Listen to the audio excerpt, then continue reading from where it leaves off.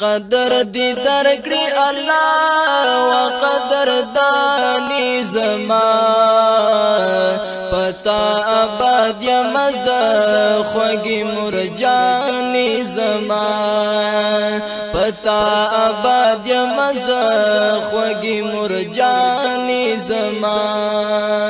السلام علیکم ورحمة الله وبرکاته. شهاب رضا سلامونه را لیږلي او د سلام نه یې وروسته لیکلي چې زه یوه پوښتنه لرم. پوښتنه مې دا ده چې څومره سره زر باندې زکات واجب او لازم دی؟ یعنې یوه خور څومره سره زر ولري چې په هغو باندې زکات لازم او فرض کیږي؟ د سرو زرو د نصاب اندازه د شریعت له مخې 9.5 تولې ټاکل شوې ده چې په جدید حساب سره تقریبا 8.5 ګرامه کیږي او علامه وهبه زحیلي رحمه الله په فقه اسلامي کې 3 جلد کې 15 ګرامه ښیي او د سپینو زرو نصاب 2.5 تولې کیږي چې په جدید حساب سره تقریبا 612 ګرامه کیږي. 612 ګرامه او 15 ملي. نو که یوه خور 8.5 ګرامه سره زر ولري یا د فقه اسلامي خبره 15 ګرامه سپین زر ولري او په همدغو زرو باندې کال تیر شي نو په هر 40 ګرامه کې په همدغې خور باندې 1 ګرام زکات لازم دی چې زکات به ورکوي. په 40 ګرامه کې 1 ګرام، په 80 ګرامه کې 2 ګرامه او په 120 ګرامه کې 2.5 ګرامه او په 140 ګرامه کې یا 180 ګرامه کې همداسې واخله چې په هر 40 ګرامه کې 1 ګرام او په هر 20 ګرامه کې 0.5 ګرام او په هر 80 ګرامه کې 2 ګرام. هندیه په لومړني جلد کې په 108 صفحه کې کتاب الزکات کې په 3 باب کې لیکي: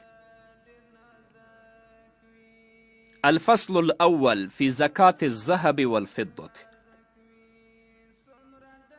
تجب في كل 200 درهم 5 دراهم وفي كل 20 مثقال ذهب نصف مثقال مضروبا كان أو لم يكن مصوغا أو غير مصوغ حليا كان للرجال او للنساء تبرا كان او سبيكة.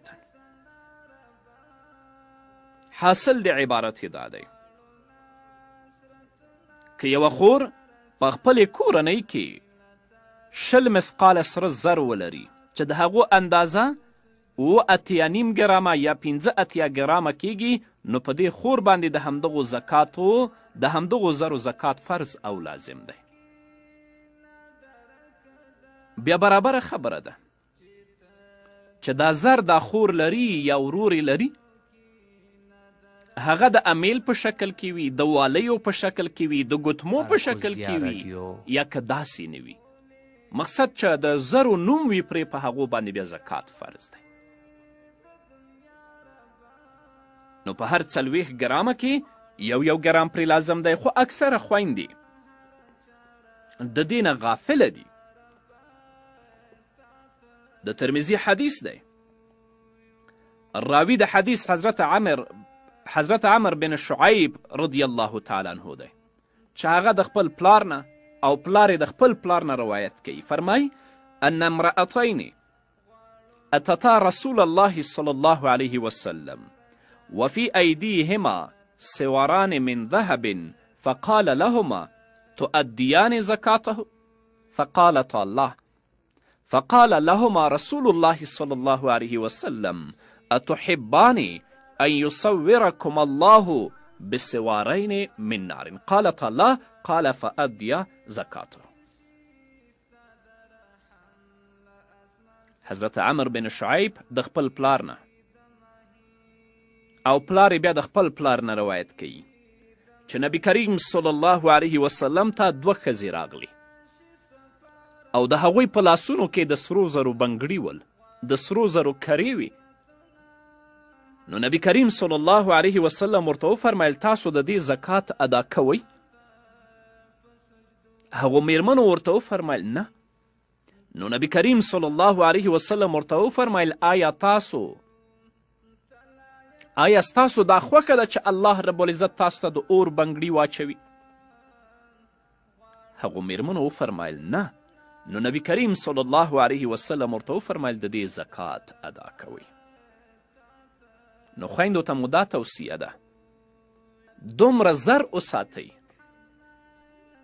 چې هغه یا نصاب ته ونه رسیږي چې په تاسو باندې زکات لازم نشي، او که د نصاب اندازه یا د نصاب د اندازې نه بره زر ساتئ نو د زکات ادا کول په تاسو باندې لازم، واجب او فرضي، کنې د حشر په ورځ به الله درنه پوښتنه کوي.